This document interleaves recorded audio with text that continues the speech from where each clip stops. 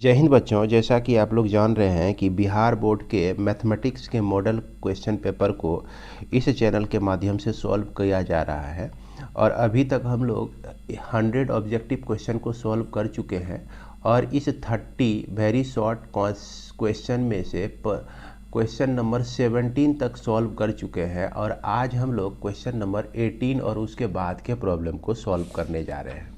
तो आइए हम लोग बिना समय गंवाए शुरू करते हैं, अपने प्रॉब्लम पर पहुंचते हैं। यहाँ पर सबसे पहला जो 18 नंबर का प्रॉब्लम है, आपको 17 नंबर तक के प्रॉब्लम का सॉल्यूशन आपको पिछले वीडियो में मिल जाएगा और आप जाके यहाँ तक उस वीडियो को देख सकते हैं, पढ़ सकते हैं। तो यहाँ पर क्वेश्चन नंबर 18 में क्या करने को कहा है, सिद्ध करें कि बिंदु ये और ये एक समकोण त्रिभुज बनाते हैं। तो यहाँ पर ये आपका पॉइंट्स दिया गया है, ए बी और सी पॉइंट दिया गया है। तो यहाँ जो है इसका पोजीशन वेक्टर हो जाता है, यह ओ ए जो है आपका I unit vector -2j unit vector +3k unit vector. उसके बाद यह OB जो है आपका पोजीशन वेक्टर हो जाता है 3i unit vector -3j unit vector +4k unit vector. और उसके बाद ये जो OC है आपका 4i unit vector -6j unit vector -k unit vector. अगर इसका डायग्राम आप देखें तो ए बी और ये आपका सी इस तरह से पॉइंट दिया गया है और ये कहीं ना कहीं कोऑर्डिनेट एक्सिस से इसका पोजीशन वेक्टर हम लोग इस तरह से, ये हो गया आपका ओ बी और ये हो गया आपका ओ ए और ये हो गया आपका ओ सी, है ना। ये आपका दिया गया है। अब हमको निकालना है कि इस ट्रायंगल का साइड, तो इस ट्रायंगल का साइड अगर आप निकालना चाहते हैं ए बी, मान लीजिए ए बी निकालना चाहते हैं, तो क्या करेंगे, ओ बी में ट्रायंगल लॉ ऑफ वेक्टर से ओ ए को हम लोग माइनस कर देंगे। तो ओ बी माइनस ओ ए कर लेना है हमको, 3 - i करते हैं, 3i - i करते हैं तो यहाँ 2i यूनिट वेक्टर मिलता है। -3j -2j वेक्टर करते हैं तो -j वेक्टर मिलता है। अब 4 में -3 कर दीजिए तो ये आपका k यूनिट वेक्टर मिलता है। उसी तरह से BC भी निकाल लीजिए। BC निकालने के लिए हम क्या करेंगे, OC - OB कर देंगे। तो OC - OB, यहाँ पर 4i में 3i माइनस हो गया तो सिर्फ i बच गया। 6j में -3j होगा तो -3j यूनिट वेक्टर बचता है और यहाँ पर आपका हो जाता है -5k यूनिट वेक्टर।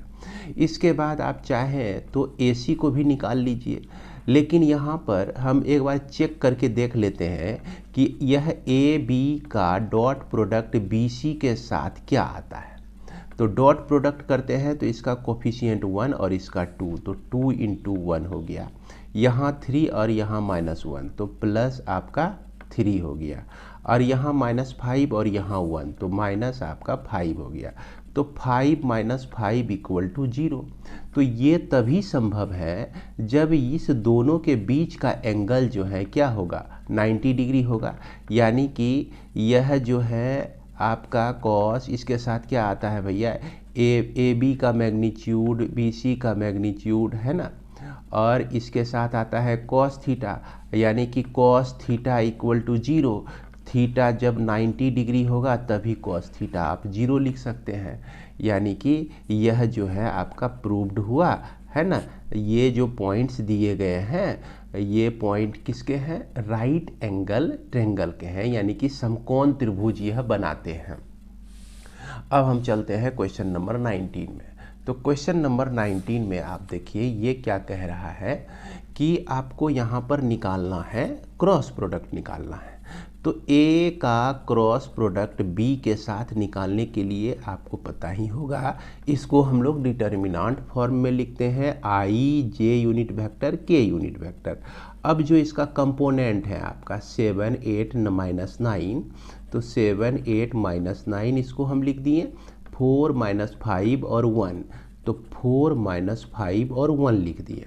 अब इसके बाद हम I इसको एक्सपेंड करेंगे फर्स्ट रो के अलोंग, तो I हम लेते हैं और इसके रो और कॉलम को ढक देते हैं। 8 × 1 तो आपका 8 हो गया और 9 × 45 है ना, तो यहाँ पर 45 हो गया, 45 हो गया।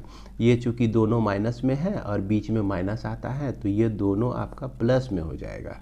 फिर माइनस जे यूनिट वेक्टर आप लिखेंगे, फिर उसके बाद रो कॉलम को ढक दिए तो 7 माइनस 36 तो प्लस 36 हो जाएगा। और फिर उसके बाद प्लस लिखिए के यूनिट वेक्टर और यहाँ पर 7 × 5 = 35 माइनस 35 हो गया और 8 × 4 = 32 तो माइनस 32 हो गया। इस तरह से हम देखते हैं क्या 45 में 8 माइनस कर दिए तो ये आपका 37i बचता है। और यहाँ पर आपका हो गया माइनस 6 × 12 = 13 43j हो गया आपका। और यहाँ पे आपका माइनस हो जाता है 67k हो जाता है। तो इस तरह से हम लोग यहाँ पर प्रोडक्ट निकाल सकते हैं। यही हमारा क्या हो जाएगा, आंसर हो जाएगा। तो आइए अब हम लोग देखते हैं क्वेश्चन नंबर 20 को। तो 20 में आपका देखिए 3 वेक्टर आपका दिया गया है और इसमें यहाँ पर इसका मैग्नीट्यूड निकालना है। तो ये वेक्टर आपका ए जो है क्या है 3i unit vector minus 2k unit vector, और b जो है आपका यह आपका 4i unit vector plus 3j unit vector minus 5k unit vector, c vector आपका 7i unit vector plus 5j unit vector minus 11k unit vector. इसमें आपको 2a vector plus 3b vector plus 4c vector को निकालना है। तो इसको जो है आप 2 से मल्टीप्लाई कर दीजिए, इसको आप 3 से मल्टीप्लाई कर दीजिए, इसको आप 4 से मल्टीप्लाई कर दीजिए।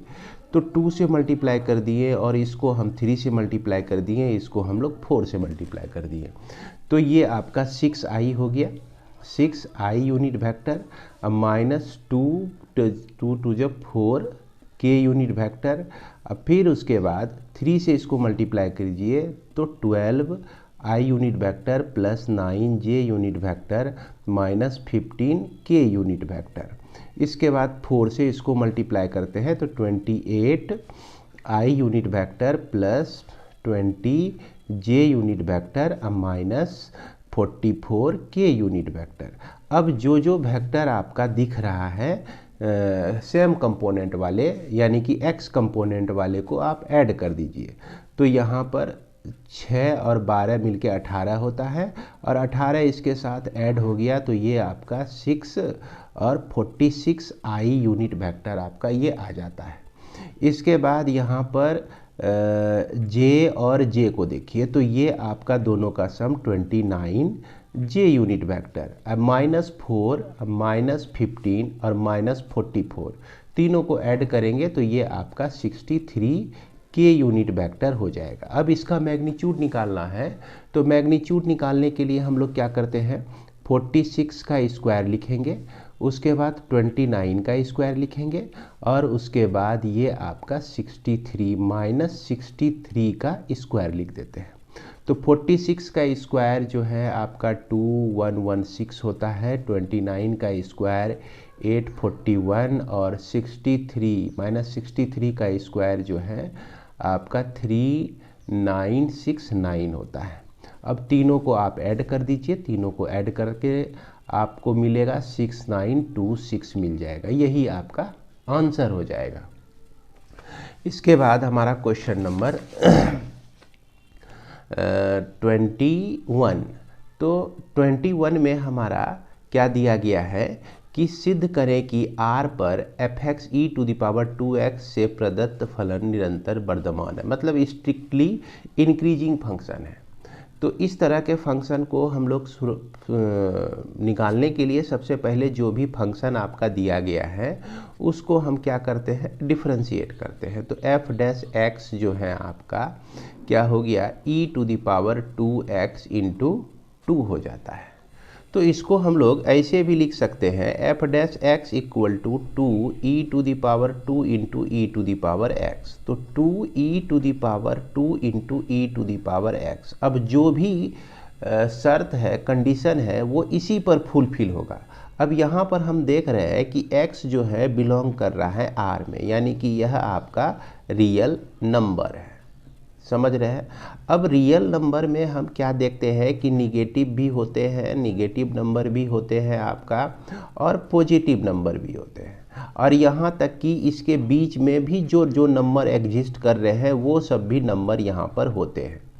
अब यदि हम e⁻x के लिए कोई भी निगेटिव नंबर ले लें, e⁻, मान लीजिए कि निगेटिव नंबर हम ले लेते हैं -a के रूप में, तो ये आपका e1/e⁻a होता है, जो कि ऑलवेज पॉजिटिव होता है आपका, है ना, जो कि ऑलवेज क्या होता है, पॉजिटिव होता है, 0 से बड़ा ही होता है, या तो 0 के बहुत ज़्यादा होगा तो बराबर होगा। अब यानी कि व्हेन, है ना, r इज क्या होगा, निगेटिव होगा, तो इस कंडीशन में भी पॉजिटिव। और जब हमारा r जो है पॉजिटिव हो तो e⁻x कहने का मतलब e⁻a के रूप में, जो कि आपका ऑलवेज क्या होगा, पॉजिटिव ही होगा। तो हम देख रहे हैं कि ये f' जो है 2 × e⁻x is always positive for all x belonging to r, है ना। तो इसलिए हम कह सकते हैं कि hence f(x) is strictly increasing function. कैसा फंक्शन हो जाएगा, इंक्रीजिंग फंक्शन हो जाएगा। तो उम्मीद करते हैं कि इसे आप लोग समझ गए होंगे। इसके बाद क्वेश्चन नंबर 22 पर चलते हैं। तो क्वेश्चन नंबर 22 में आपका दिया गया है कि यह जो आपका कर्व है इसका स्लोप निकालना है, slope of tangent to the curve at x = 10 पर। तो सिंपल है, इसको आप जो है सबसे पहले डिफरेंशिएट कर दीजिए। तो y = x - 1/x - 2 है, तो dy/dx आप निकाल दीजिए। तो dy/dx निकालने के लिए x - 2 को कांस्टेंट रखेंगे, अब फिर डिफरेंशिएट हम कर देंगे x - 1 को, अब फिर बीच में माइनस लेते हैं, x - 1 को कांस्टेंट रख के डिफरेंशिएट कर देते हैं x - 2 को। अब बाय हो गया आपका x - 2 का स्क्वायर। तो ये चीज़ जो है dy/dx का जो वैल्यू है आपका, ये आपका क्या आता है, x - 2, इसका डिफरेंशिएशन 1, अब फिर -x + 1 हो जाएगा, क्योंकि यहाँ माइनस है, x माइनस हुआ और ये आपको प्लस हो जाएगा, माइनस माइनस मिलके प्लस हो जाएगा, और इसका डिफरेंशिएशन जो है 1 होगा। अब बाय कितना हो गया, x - 2 का आपका होल स्क्वायर। तो ये चीज़ जो है हमको क्या मिलता है, -1/x - 2 का होल स्क्वायर मिलता है। अब इसका जो वैल्यू निकालना है, स्लोप जो निकालना है आपको, किस पे निकालना है, x = 10 पर निकालना है। तो कहने का मतलब -1/10 - 2 का होल स्क्वायर हो जाएगा, -1/8 का होल स्क्वायर हो जाएगा, 8 का स्क्वायर -1/64। तो यही आपका स्लोप निकल जाएगा। इसके बाद हमारा क्वेश्चन नंबर 23। तो 23 में हम देख रहे हैं क्या कि आपको यहाँ पर करना है, prove that addition is associative binary operation on R।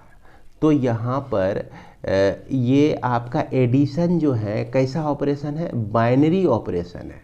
कैसा ऑपरेशन है आपका, बाइनरी ऑपरेशन है। तो यहाँ पर बाइनरी ऑपरेशन में स्पेसिफिक कर दिया कि एडिशन पर ही आपको दिखाना है कि यह आपका एसोसिएटिव है। तो हालांकि इसको जब हम प्रोसेस में चलेंगे, लेट यहाँ पर लेते हैं कि यह जो स्टार है इज बाइनरी ऑपरेशन, और यह बाइनरी ऑपरेशन जो है इस तरह से डिफाइन है, सच दैट, है ना, for ABC belongs to R, अगर यह R में बिलोंग करता है, कहाँ पे, रियल नंबर में होता है, such that A operation B जो है आपका, A ऑपरेशन B जो है, यह A + B हम ले लेते हैं। कहने का मतलब कि एडिशन का कह रहा है, यहाँ पर जो है आपको बाइनरी ऑपरेशन कौन सा लिया है, एडिशन लिया हुआ है। तो अब इसको हमको एसोसिएटिव दिखाना है, तो इसका मतलब हुआ कि A operation B operation C, binary operation C equal to क्या होना चाहिए, ए ऑपरेशन बी, पहले ए बी सी एसोसिएट कर दिए, फिर ए बी को एसोसिएट हम लोग कर देते हैं। तो इसको ए ऑपरेशन बी ऑपरेशन सी यानी बी बाइनरी ऑपरेशन सी को हम लोग बी प्लस सी लिख सकते हैं। उसके बाद इसको ए प्लस बी लिख सकते हैं, इस तरह से हम डिफाइन किए हुए हैं।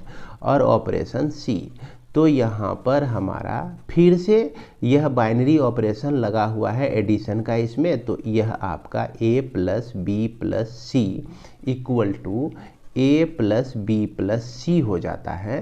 तो अंत में ये देख रहे हैं कि यह दोनों जो है आपका इक्वल है, तो अंत में हम लोग लिख देंगे कि hence addition is associative, associative है ना, बाइनरी ऑपरेशन, बाइनरी ऑपरेशन हो जाएगा है ना, ऑन आर, आर में यह बाइनरी ऑपरेशन हो जाएगा। इसके बाद हमारा क्वेश्चन नंबर 24। तो 24 में हम देख रहे हैं क्या कि यहाँ दिया गया है tan इनवर्स √3 अब माइनस कॉट इनवर्स माइनस √3 दिया गया है। तो इसमें जो है tan इनवर्स √3 और इसको हम लोग लिख सकते हैं पाई माइनस कॉट इनवर्स √3 लिख सकते हैं। यहाँ आपको याद होगा कि कॉट इनवर्स के साथ माइनस थीटा रहे, तो हम लोग pi minus cot inverse theta लिखते हैं। पाई माइनस करना पड़ता है, ये आप इनवर्स ट्रिग्नोमेट्रिक फंक्शन में इस फॉर्मूला को पढ़े होंगे। तो इस तरह से लिख सकते हैं। अब यहाँ पर हो गया tan इनवर्स √3, यहाँ पर हो गया माइनस, और ये हो गया आपका कॉट इनवर्स √3 हो गया। इसको और इसको एक साथ कर दीजिए, tan इनवर्स √3 अब प्लस कॉट इनवर्स √3 अब माइनस पाई। अब आपको याद होगा कि tan इनवर्स x, ये formula tan inverse x plus cot inverse x जो होता है यह आपका पाई/2 होता है, ये फॉर्मूला होता है। तो इसके लिए हम लोग पाई/2 रखेंगे और माइनस पाई कर देंगे, तो यहाँ पर निकल जाएगा आपका माइनस पाई/2 निकल जाएगा। तो यही आपका क्या हो जाएगा, आंसर हो जाएगा। उसके बाद हम लोग देखते हैं 25 नंबर को। तो 25 में हमको ये सिद्ध करना है, तो इसको सिद्ध करने के लिए हम लोग जान रहे हैं कि यहाँ पर cos a प्लस b जो होता है आपका cos a into cos b minus sine a into sine b होता है।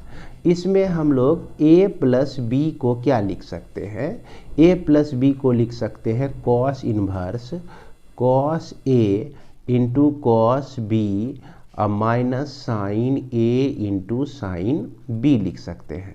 अब यहाँ पर पुट कर दीजिए कुछ, तो cos a को हम लोग मान लेते हैं x और cos b को हम लोग मान लेते हैं y। तो साइन a हमारा क्या आ जाएगा, तो साइन a जो हो जाएगा √1 माइनस एक्स का स्क्वायर, और साइन b जो हो जाएगा आपका √1 माइनस वाई का स्क्वायर। अब यहाँ पूछेंगे कैसे, तो कैसे पूछेंगे तो हम यही कहेंगे कि साइन स्क्वायर a बराबर 1 माइनस कॉस स्क्वायर a, आप जान रहे हैं ना। अब यहाँ से स्क्वायर हट जाएगा तो इस पर रूट आ जाएगा। अब यहाँ पर 1 माइनस कॉस a को हम कितना माने हुए हैं x, तो x का स्क्वायर, इस तरह से 1 माइनस एक्स स्क्वायर, तो इसीलिए √1 माइनस एक्स स्क्वायर हो गया। तो ये चीज़ हो गया। अब यहाँ पर हम लोग इससे हम लोग जान रहे हैं कि a को हम क्या लिख सकते हैं, a को लिख सकते हैं cos इनवर्स x लिख सकते हैं। अब b को क्या लिख सकते हैं, b को लिख सकते हैं cos इनवर्स y लिख सकते हैं। अब सारे वैल्यू को यहाँ पे रख दीजिए।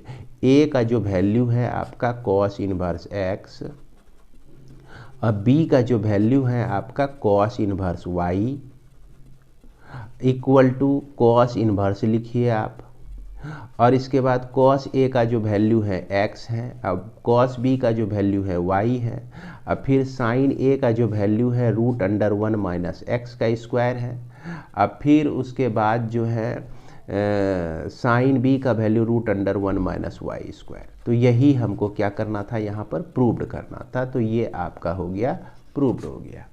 तो उम्मीद करते हैं कि इसे आप लोग समझ गए होंगे। देखिएगा यहाँ कंफ्यूज नहीं होइएगा, ये लाइन हमने खींच दिया है, इस लाइन के इधर वाले पार्ट को ही आपको लिखना है ना। इसके बाद हम लोग देखते हैं क्वेश्चन नंबर 26। तो क्वेश्चन नंबर 26 में देखिए दिया गया है आपका 2 गो प्लेन दिया गया है ना। Find the angle between the planes.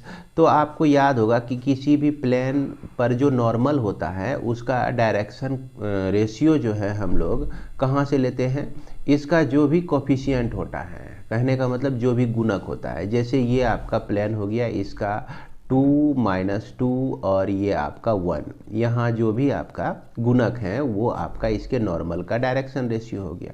अब यहाँ पर दूसरा प्लेन है आपका, और दूसरा प्लेन का नॉर्मल का डायरेक्शन रेशियो ये 1 हो गया और -5 हो गया और यहाँ पर -11 हो गया।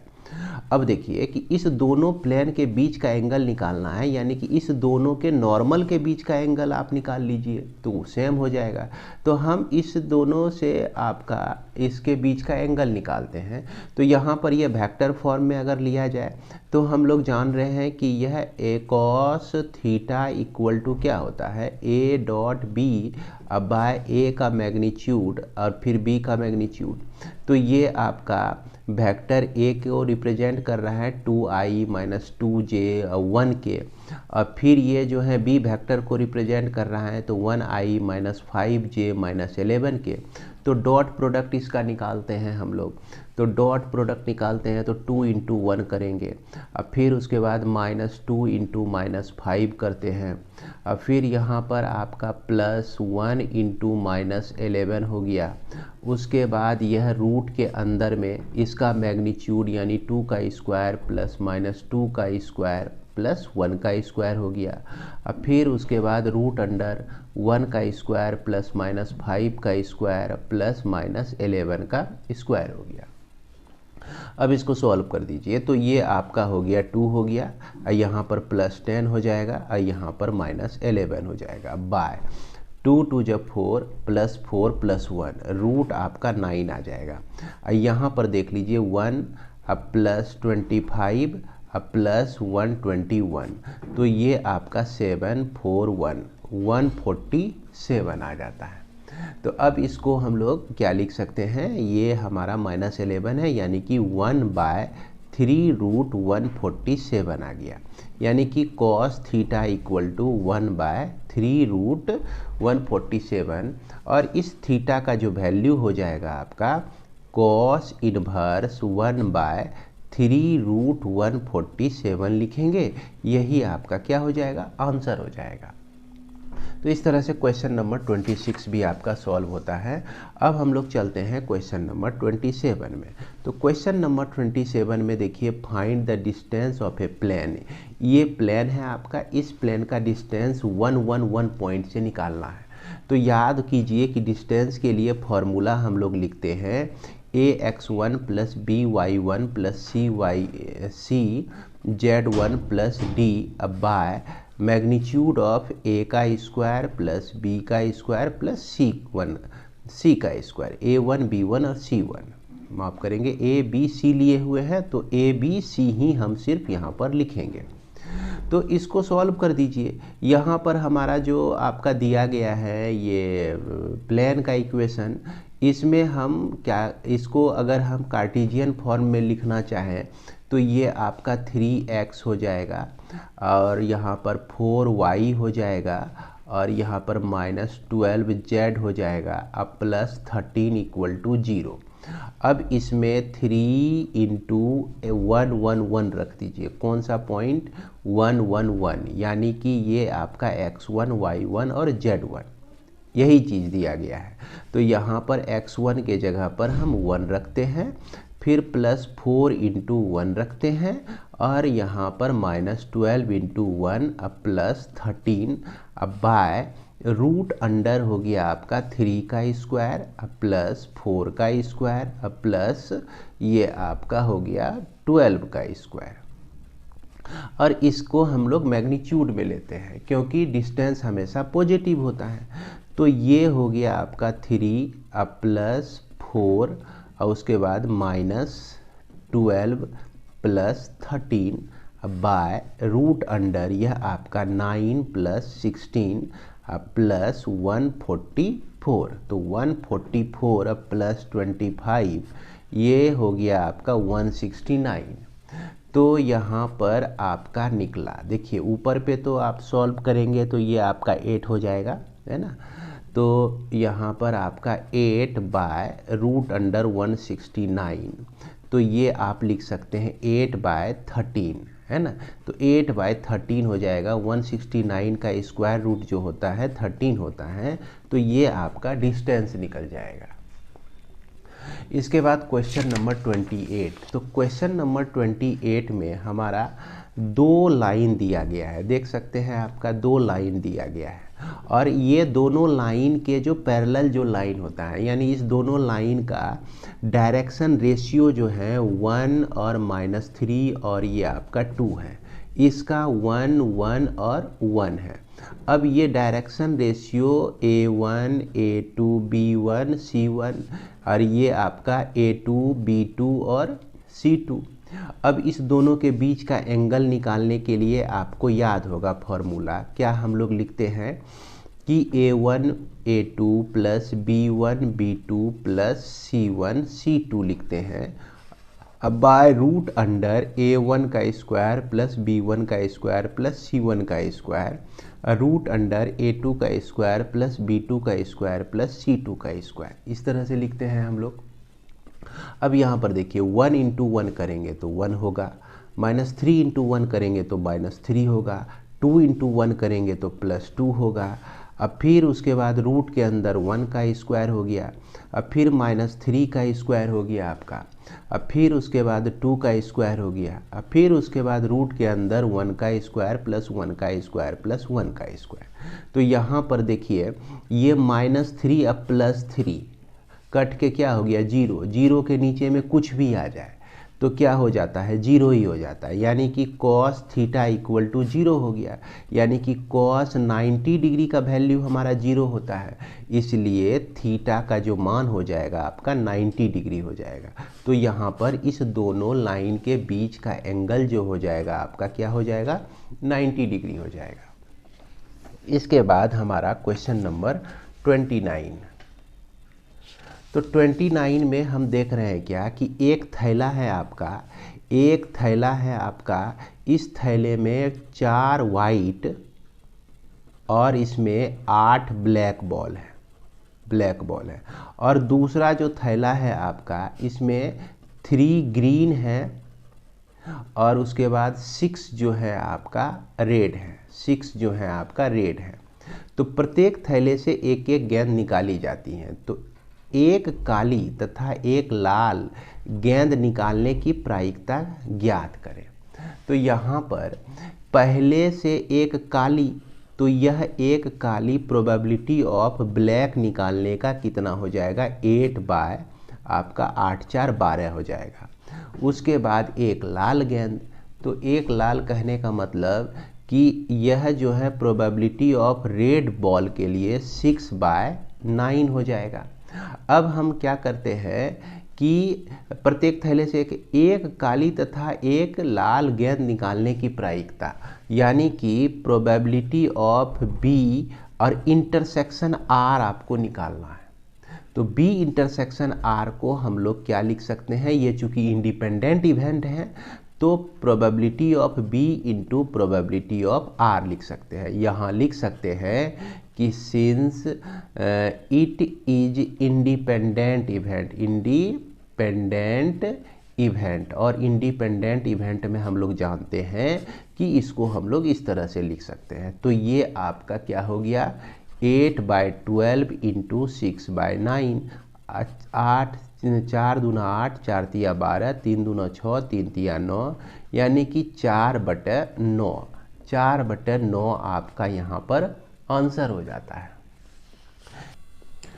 तो अब हम लोग देखते हैं क्वेश्चन नंबर 30 को। क्वेश्चन नंबर 30 में देखिए क्या कहता है कि 10 सिक्कों को उछाला जाता है तो ठीक 8 शीर्ष आने की प्रायिकता क्या होगी। यानी कि 10 coin are tossed, find the probability of occurrence of exactly 8 head.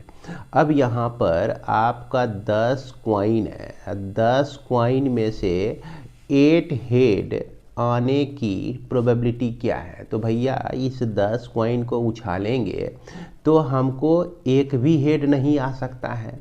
हो सकता है कि एक गो हेड मिले, हो सकता है कि 2 हेड मिले, हो सकता है कि 3 हेड मिले, हो सकता है कि 4, 5, 6, 7 या 8 हमको मिले, या 9 मिले, या 10 मिल जाए, ऐसा भी हो सकता है। तो यहाँ पर 8 ही मिलने की प्रायिकता, यानी कि रैंडम वेरिएबल जो है आपका 8 हो गया। अब देखिए कि एक कॉइन के लिए हमारा हेड आने की प्रोबेबिलिटी कितनी है, 1/2, और हमारा टेल आने की प्रोबेबिलिटी कितनी है, 1/2 हो गया। तो अब यहाँ पर हम लोग क्या करते हैं कि हमको प्रोबेबिलिटी निकालना है कि 8 हेड ही आए। तो इसके लिए याद कीजिए फॉर्मूला क्या लिखते हैं, NCR, और उसके बाद यहाँ पर आपका ट्रू के लिए इसको हम लोग मान लेते हैं, अगर ट्रू NCR इंटू, अब देखिए इसको हम लोग मान लेते हैं कि ये आपका इवेंट हेड आने का इवेंट है। तो हेड आने का इवेंट जो है आपका स्मॉल h या a कुछ भी, और टेल आने का इवेंट स्मॉल t है आपका। तो इसको हम लोग लिख सकते हैं कि यहाँ t पर पावर 2 और हेड पर पावर जो है आपका n-r लिख सकते हैं। तो अब इसको सॉल्व कर दीजिए। NCR कहने का मतलब 10C 8 हो गया आपका, और टेल कहने का मतलब 1/2 पर पावर 2, और हेड कहने का मतलब 1/2 पर पावर आपका 8 हो गया। अब इसको हम लोग सॉल्व कर देते हैं। तो 10C8 को हम लोग 10C2 भी लिख सकते हैं, और 10C2 को हम लोग 10 × 9/2 × 1 लिखेंगे। उसके बाद यहाँ 1/2 कहने का मतलब 1/4 हो जाएगा, और 1/2 पर पावर 8 है, तो 1/2 पर पावर 8 का जो वैल्यू होता है 256 होता है। अब यहाँ 10 × 9/2 × 1 × 1/4 है ना, और इंटू 1/2 56 लिखेंगे। अब ये देखा जाए कि कुछ कटता है आपका 2 से, यह 5 टाइम्स में कट गया, 9×5 = 45 हो गया। और इस दोनों को मल्टीप्लाई करके देख लीजिए, इस दोनों का प्रोडक्ट जो है आपका 1024 आ जाएगा। तो यही हमारा आंसर हो जाएगा और प्रोबेबिलिटी हो जाएगा। तो उम्मीद करते हैं कि आपको ये समझ में आ गया होगा। इस तरह से हमारा वेरी शॉर्ट आंसर का सारा प्रॉब्लम सॉल्व होता है। अब हम लोग नेक्स्ट वीडियो में इस लॉन्ग क्वेश्चन के सॉल्यूशन को देखेंगे, यानी कि लॉन्ग आंसर टाइप क्वेश्चन का सॉल्यूशन देखेंगे। धन्यवाद।